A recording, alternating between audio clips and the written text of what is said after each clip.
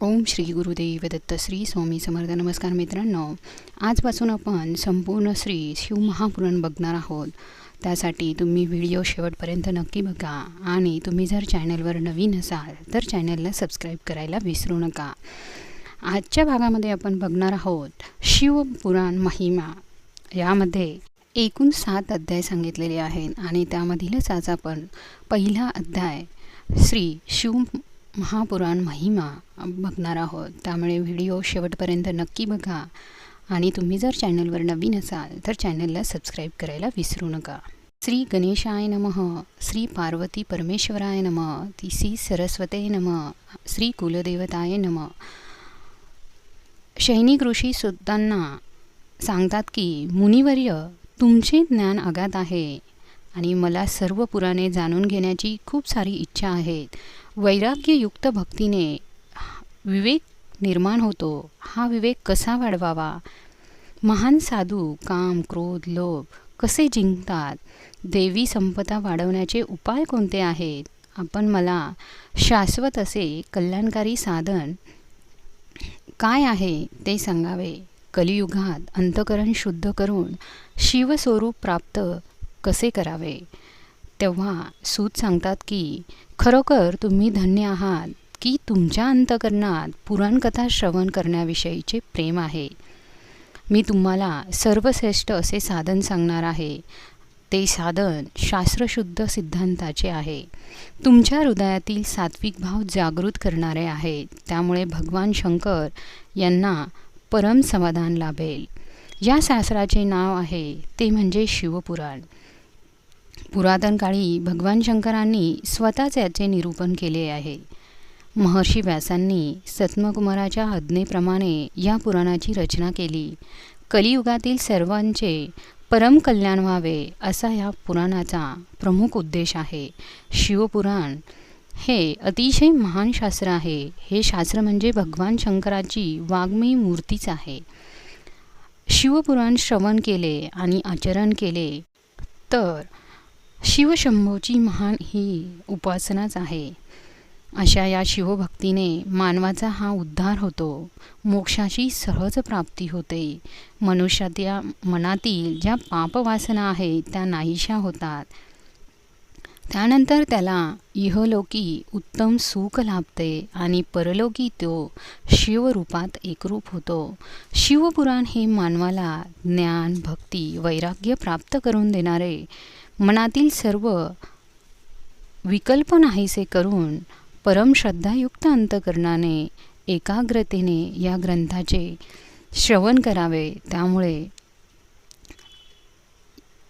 जो कोणी या ग्रंथाचे एकाग्रताने अंतःकरणाने श्रवण केले अशा साधकांवर शिवशंभोच्या कृपेचा हा वर्षाव होतो.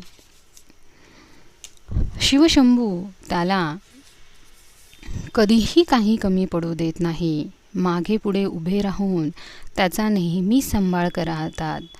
त्यासाठी त्यांना मनोभावे शरण जाऊन त्यांनी सांगितल्याप्रमाणे साधना करत राहावी. त्यामुळे चारही पुरुषार्थाची प्राप्ती ही होत असते. जीवन अंतर्बाह्य आनंदी होते. आपले मूळचे सच्चिद आनंद स्वरूप हे प्रगट होते.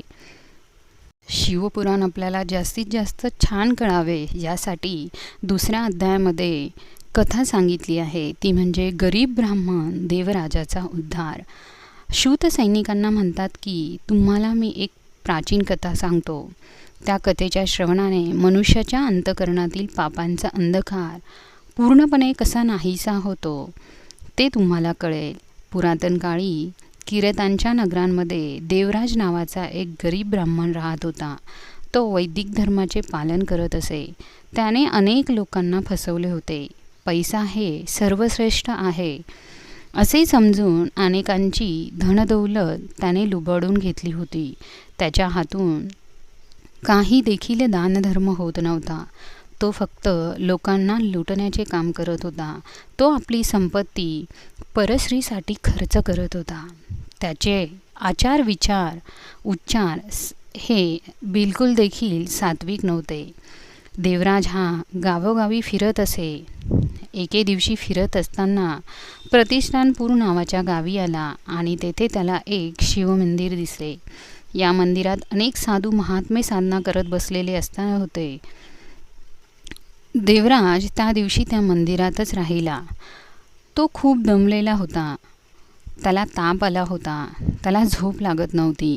त्या शिवमंदिरात एक साधू शिवकथा सांगत होते आणि ते शब्द देवराजाच्या कानावरती पडले. 1 महिनाभर तब्येत बरी नसल्यामुळे देवराज त्या मंदिरातच राहत होता. त्यामुळे रोज त्याला पुराणकथा ऐकवायला मिळत होती. त्याच्या कानावरती कथा पडत होती. त्याने कधीही आजपर्यंत पुराणकथा ही श्रवण केली नव्हती. वाचणं तर अगदीच दूर होतं. त्यामुळे आता त्याचे पुण्यकर्म वाढू लागले होते. देवराज पुराणकथा ऐकतच त्या मंदिरात पंचतत्वांशी हा विलीन झाला. यमदूतांनी त्याला यमलोकी नेले. आजपर्यंत केलेल्या पापाची त्याला शिक्षा द्यायची होती. एवढ्यात अचानक भगवान शंकरांचे पार्षदगमन तेथे प्रगट झाले आणि त्यांचा वर्ण अतिशय शुभ्र होता. सर्वांगावर भस्म लावलेले होते.